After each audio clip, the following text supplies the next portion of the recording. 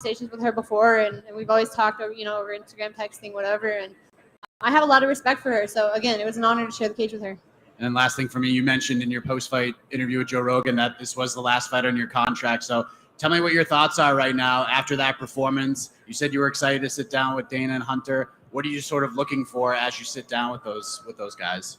Yeah, for sure. I mean, that was the last fight on my deal. And right now, I was ranked like number 13 going into this, so I want to sit down and I want to talk to them, and I want to really game plan out, where my contract is at and how we're going to chase the title, because I'm not that far away from chasing it. And I'm working and improving in that. So, yeah, I'm excited to see where this career goes. And, who knows? Maybe somebody else reaches out. But honestly, I'm really excited to stay with UFC. I mean, I'm 24, and that's my home, no matter what that is where I want to be. Maycee, was there anything about Jessica that surprised you tonight in the cage? No, I mean, she's, like I said, she's a legend in the sport. I mean, she's got over 20 something fights, so she's always going to be well-rounded.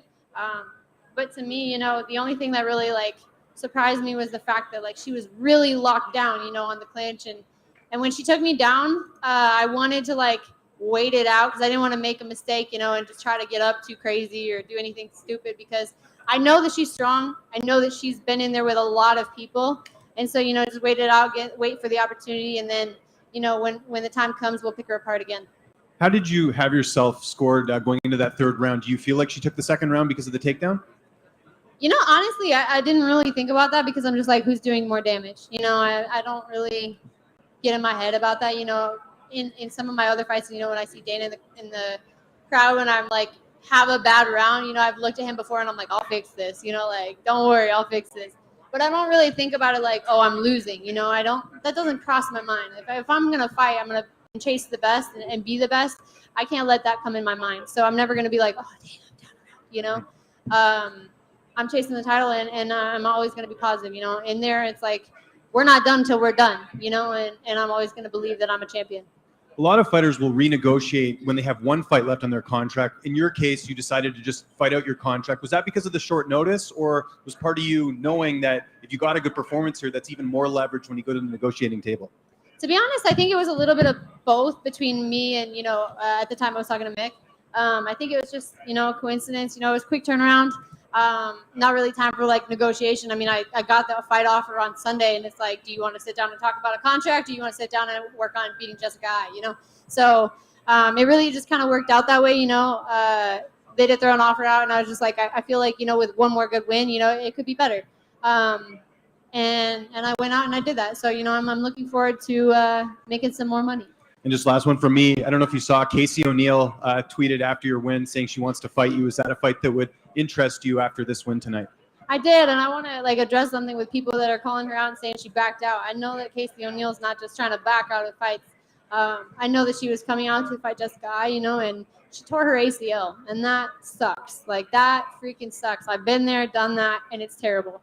But I know that she has a road of recovery behind along with her, and when she gets back, who knows where she'll be in the rankings, who knows where I will be. Like I said in my other interviews, I'm working forward. I'm not working backwards. So she's ranked behind me. I don't really want to fight that fight. Same thing with Erin Blanchfield. She called me out, and it's why would I fight you? You have 2 fights in your fight, or 2 or 3, whatever. Why would I fight you? It makes absolutely zero sense for me. But when the time comes and they both have wins, I'll gladly beat them up too. Maycee, just back here. Going off that, obviously, you said about Erin, that doesn't interest you. She did want the winner of this fight. Is there anyone that you see in the division that would make sense for you next? I haven't looked at it yet. To be honest, when I fought Montana, I was called out Jessica and Joanne Calderwood. I saw that Joanne's taking a little bit of time off. So, it just takes a minute to, contract negotiation, and then really sitting down and looking at game planning out how I'm going to chase this title, and that's why I have a team. That's why I have the people that I have. That's why I have, my family and all of that. So for me to just sit here and be yeah, I want this person, honestly, I wasn't even thinking about that. I was thinking about, I had a quick turnaround, and I'm thinking about, okay, I'm going to beat this girl, and then we'll sit down and we'll talk about the rest. And of course, obviously, you have your eyes on the title. Do you see a clear path to that? Do you know how many, do you Do you think about maybe how many wins you are away from that? To be honest, when I was chasing the whole youngest UFC champion ever, I was like, oh yeah, I'm just gonna run through all these girls. I'm gonna do this. And I truly believed that I could do that, and life threw something completely different at me. They were like, all right, we're gonna tear your knee, we're gonna do this. Life happens. So for me to say, I want one fight and I want to do it, or 2 fights, I want to do it. I really want to become the best fighter that I could be. And I feel like I don't want to rush things. Like I want to be like, the moment will present itself, like it will happen when it happens. And if it's 1 fight, great. 2 fights, great. I truly believe that I can beat the champion. She's being exposed more and more with every fight that she has. And we're going to continue to expose that. And I'm going to continue to grind and chase that title. So when it happens, it happens. But when it happens, I'll be ready. And that was actually going to be my last question. Obviously, when you look at champion Valentina Shevchenko, how do you think your style matches up to her? And do you see where you can perhaps beat her? I feel like I am continuing to evolve. I'm continuing to grind, and her holes are continuing to be exposed. Talia Santos, had she not got that head clash thing, and her eye be swollen, I honestly think she would be the champion right now. Everything's evolving, everything's changing, but for me right now, I'm chasing it. And I'm growing, and right now, do I feel like I'm ready right now? I don't think so. I feel like I need to continue to sharpen up my striking. I need to continue to sharpen up my game. I need to continue to sharpen up my wrestling. But mentally, do I believe I could be the champion today? Yeah, absolutely. Thank you. Maycee in the middle. So clearly your game is continuing to evolve. We see something new and improved from you every time that you're out. Just curious about how your team is evolving, because it sounds to me like your mental game is also evolving. Are you working with a sports psychologist or anyone who's helping you get through that part of it, especially coming after the injury that you had? I am. I talked about this in my last fight, which I feel like you guys are all probably like, we just heard this.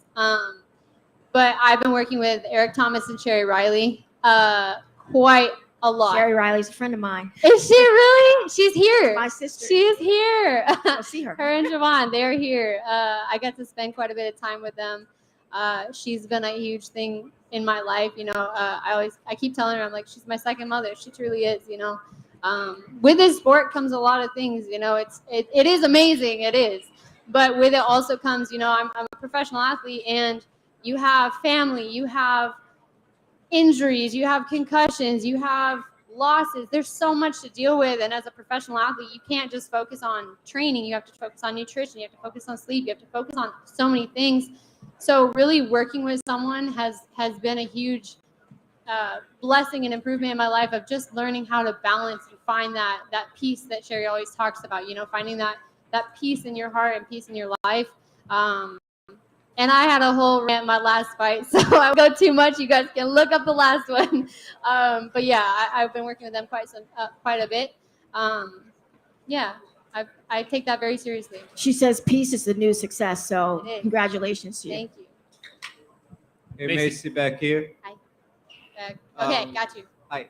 Hi. Maycee, you talked about it. You're 24 years old. When we met you on the Contender Series, you were very young. I think even on an Embedded or something a few years back, you're letting them know, like, hey, you're not a little girl anymore. What are you most proud of about how you've handled growing up in the spotlight? Because getting to a big stage like the UFC at such a young age, it's obviously it comes with its own challenges for anybody. I think it's just learning to take everything and just be like, okay, like whether it's a new opportunity, whether it's an injury, whether it's a loss, whether it's whatever it is like learning to just something that Sherry taught me, learning to own it, learning to be in that moment and just appreciate where you are and the things that can come with it. Again, learning and growing up in the sport, it's crazy. But it's truly like I grew up as like a child in the sport, from my first amateur fight at 18. And then the next fight that I had was my professional debut on TV. And then Contender Series and growing up through that, there's been so much that I've learned. And with that, it's just like learning to breathe through everything. Thank you. Maycee, congrats on the big win. Thank you. After I gave her speech and her, took a little bit of time, she mentioned you and the interaction. Can you elaborate on that? Do you remember her meeting you at Dana White Contender Series and you guys, what you all talked about back then? I do a little bit. I really remember, just like seeing her around in the PI, and just like I remember being at it's like greens and proteins, and I was just sitting on my own, and she was like, "Oh, you can come over and eat with us," Just having someone in your own division. I mean, I know that kind of sounds like weird, like, oh, you're gonna hang out with someone in your own division, but it's like, to me, it was nice, because it's something new, and it's like you don't know anybody, and so just to have a friend in the sport. And then also, like, as a whole, MMA is like crazy. You don't really have, I mean, you have a team back home, but when you're traveling a lot, it's really cool to meet other people, and other people have stories, and those stories, when you share them, it's a special thing. And I'm so thankful for the sport of MMA, and all the people that it brings. Excellent, thank you. And last thing for me, another thing you spoke out and really sunk your teeth into, your purpose, that drive. Is that still there? Are you coming in closer to the why of Maycee Barber in your MMA career? I am. I'm always chasing my why. When I first started this sport, it wasn't to become famous and rich, but it was to become famous and rich. And I have a whole different reason why. I've been through a lot of trauma in my past, and I wanted to be able to give little girls and kids the same opportunity that I was given after I went through my trauma. And so I had an amazing family that gave me a lot of opportunities. They helped me chase this sport, and they helped me get into here. And I want to continue to build that name and build that brand, so that I can go back to the young kids that I see go through something similar to what I went through, and be able to help them and give them those opportunities to chase the dreams, whether it's to be an artist, whether it's to be a chef, whether it's to be a fighter, whatever it is. I want to help them with those opportunities. Excellent. Congrats on using your platform for that. And Thank congrats on the big win, Maycee.